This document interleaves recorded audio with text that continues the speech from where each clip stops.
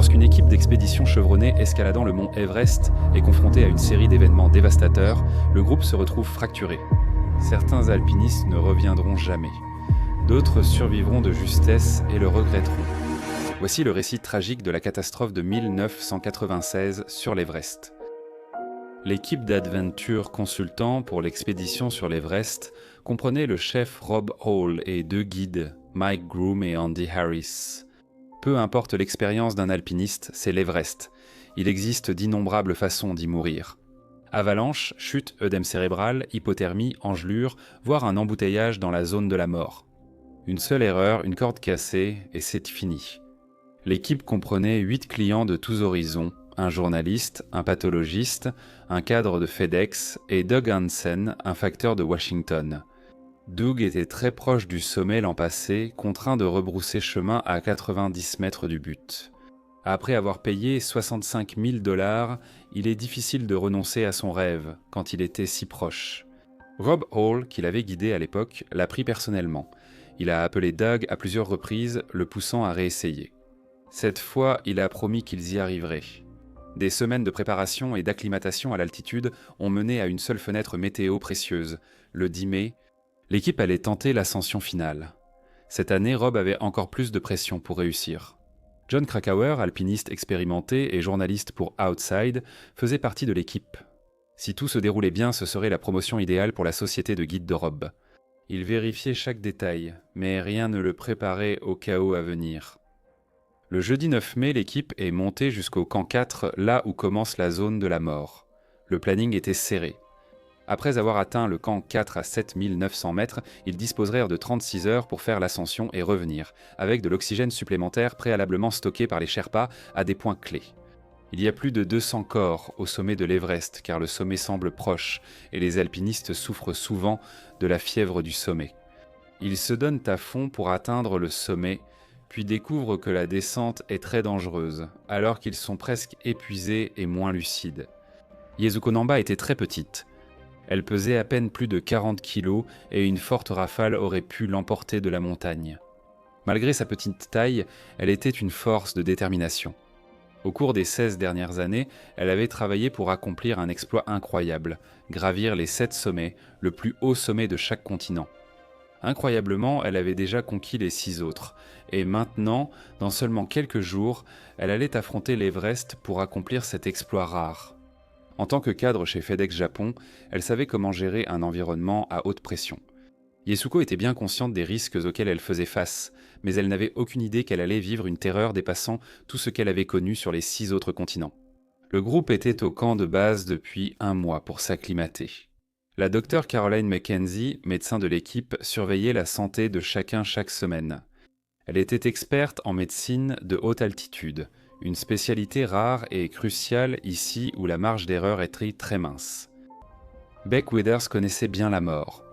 Pathologiste, il l'étudiait sans cesse et savait le prix que son corps paierait pour cette ascension. Beck était drôle et audacieux, avec un flot constant de répliques qui semblait toujours détendre l'atmosphère. Il s'est reposé dans sa tente au camp 4 avant l'ascension finale prévue à minuit. Les 8 premières heures d'escalade ont été difficiles, mais c'était attendu. Il faisait toujours en dessous de 0, et avec le vent et la neige, il faisait facilement -100 près du sommet. Tout le monde avançait régulièrement, à des rythmes différents, mais chacun progressait vers l'escalade la plus difficile à venir. Tout le monde, sauf Beck Withers, il grimpait à l'aveugle. Sous 8 mal 200 mètres de pression, son opération au laser de l'an passé rendait sa vue floue. Traverser prudemment une corniche de 60 cm sur la montagne serait impossible sans visibilité. Ne voulant pas abandonner son rêve, Beck promit à Rob que si le soleil levant n'améliorait pas sa vision, il attendrait là son retour et qu'ils pourraient en redescendre ensemble. Il était 7h30, il était seul sur le balcon, attendant. Les hommes n'avaient aucune idée qu'ils ne se reverraient jamais. Pour la plupart de l'équipe, il a fallu 14 heures d'ascension avant d'atteindre le sommet.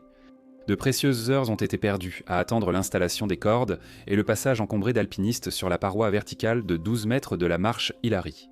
Rob, Andy et Mike avaient tous atteint le sommet avec John et Yasuko vers 14 heures, La joie de Yasuko d'avoir atteint son objectif fut de courte durée, car Rob ressentait un sentiment persistant d'échec puisque 5 membres de son équipe n'atteindraient pas le sommet aujourd'hui. Sur l'Everest, si vous n'atteignez pas le sommet avant 14 heures, vous devez faire demi-tour au camp. Il est essentiel de faire la majeure partie de la descente, tant qu'il reste encore la chaleur du soleil et de l'oxygène dans la bouteille. L'équipe a entamé la descente, mais Rob est resté au sommet, attendant Doug Hansen. Il a contacté le camp de base par radio pour informer de la situation de tous. Doug Hansen est arrivé au sommet à 16h15 avec l'aide de Rob, bien en retard sur le planning. Sa bouteille d'oxygène était vide et les autres étaient 90 mètres plus bas, au sommet sud.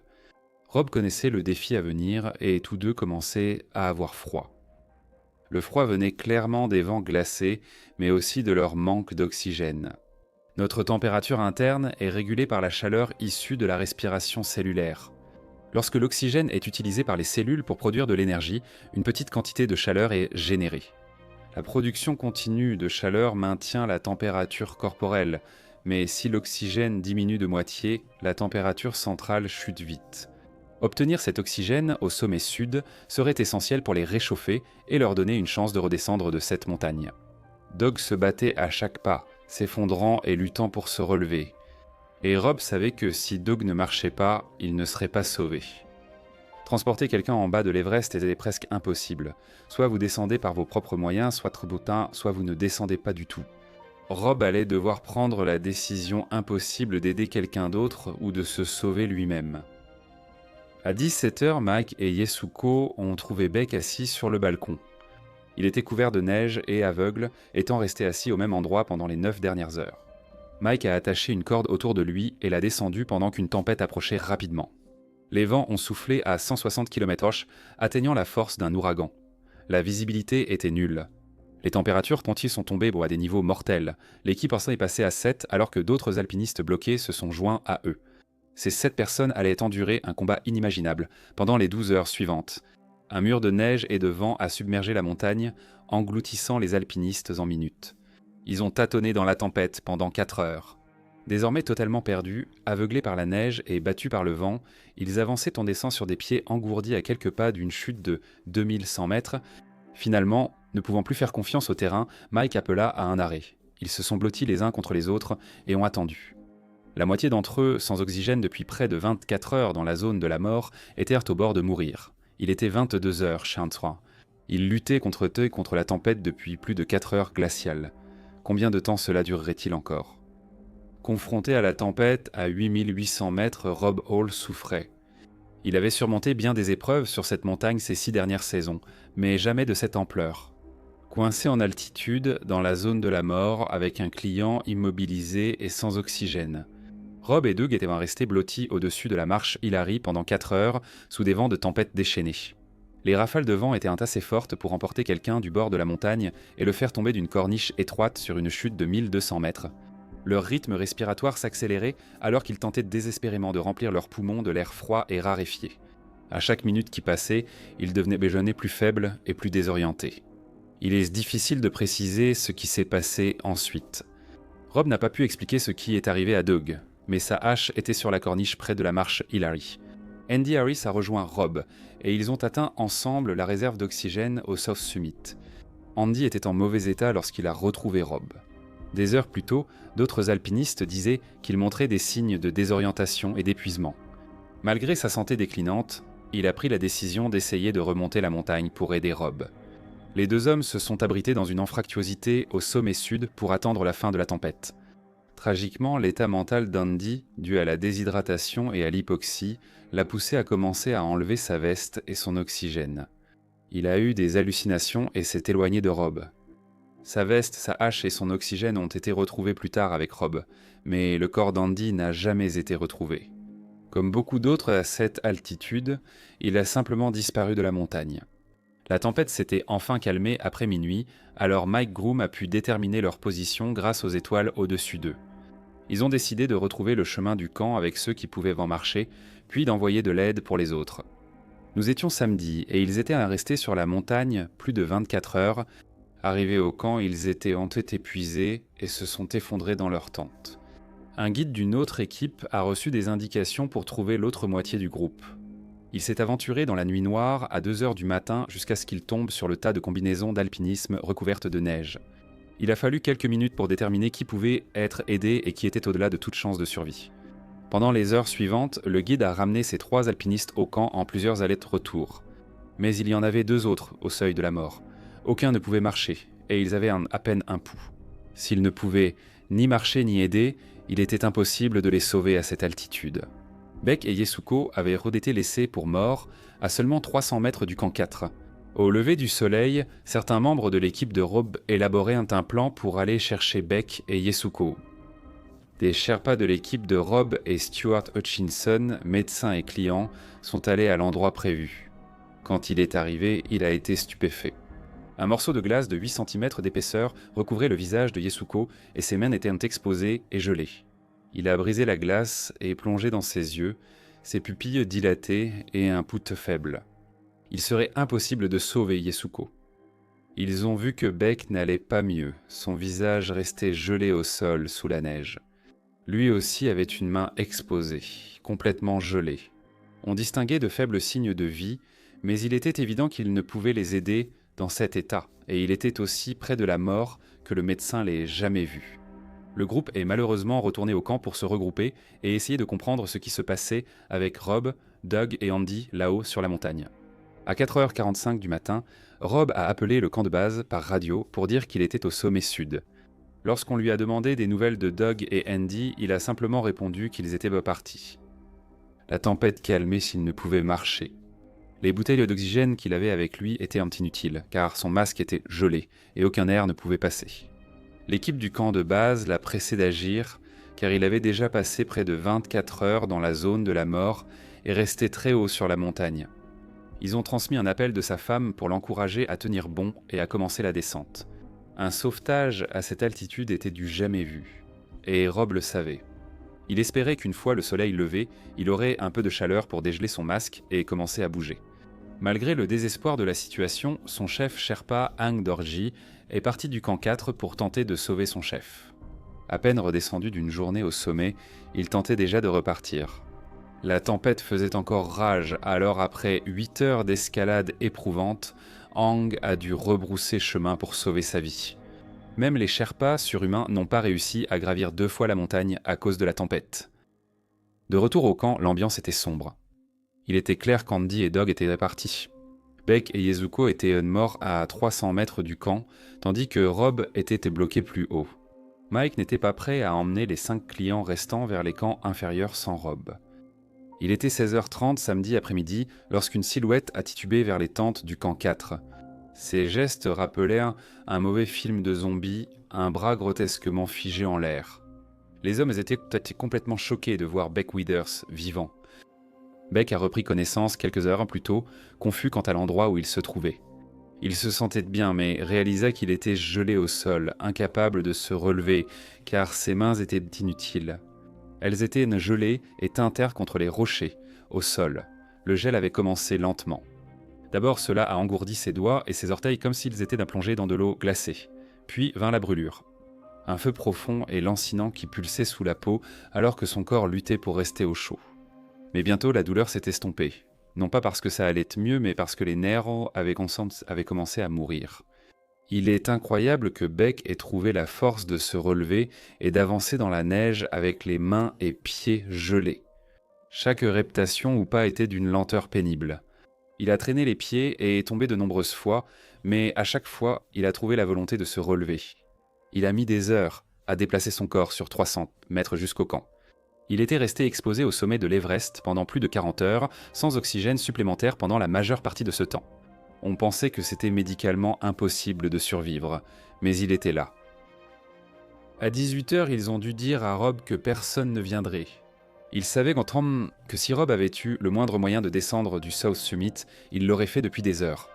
Il a dit que ses mains étaient complètement gelées, donc il n'arriverait jamais à traverser les cordes fixes sans aucune prise. Ils ont mis Jean en ligne pour un autre appel déchirant entre une femme enceinte et son mari mourant. Rob a essayé de paraître positif, mais la vérité sous-jacente était claire pour tout le monde. Rob a indiqué qu'il passerait une nuit supplémentaire au South Summit et qu'un sauvetage serait envisagé demain après repos. Rob avait déjà dépassé toutes les attentes connues pour un alpiniste exposé à ce genre de tempête. Il était resté plus de 48 heures à plus de 8 miles 500 mètres d'altitude et le corps humain à ses limites. Le camp de base a tenté de joindre Rob à plusieurs reprises durant les 2 jours suivants sans jamais obtenir de réponse. Lundi, une équipe montant au sommet a trouvé l'équipement d'Andy sous un rocher au South Summit, près du corps de Rob Hall. Beck Weathers a enduré une journée atroce au camp 4. On lui a donné du thé et il a été installé dans une tente pour se reposer. On pensait qu'il serait mort avant le matin, et les Sherpas étaient entassés, superstitieux, à propos de la mort. La tempête qui a frappé samedi soir était pire que celle de la veille. Les vents ont détruit les tentes du camp et ont créé un vacarme assourdissant qui a duré toute la nuit. Pour Beck, c'était presque une seconde condamnation à mort. La tente s'est effondrée sur lui, et le tissu en nylon appuyait tellement fort contre son visage qu'il ne pouvait plus respirer.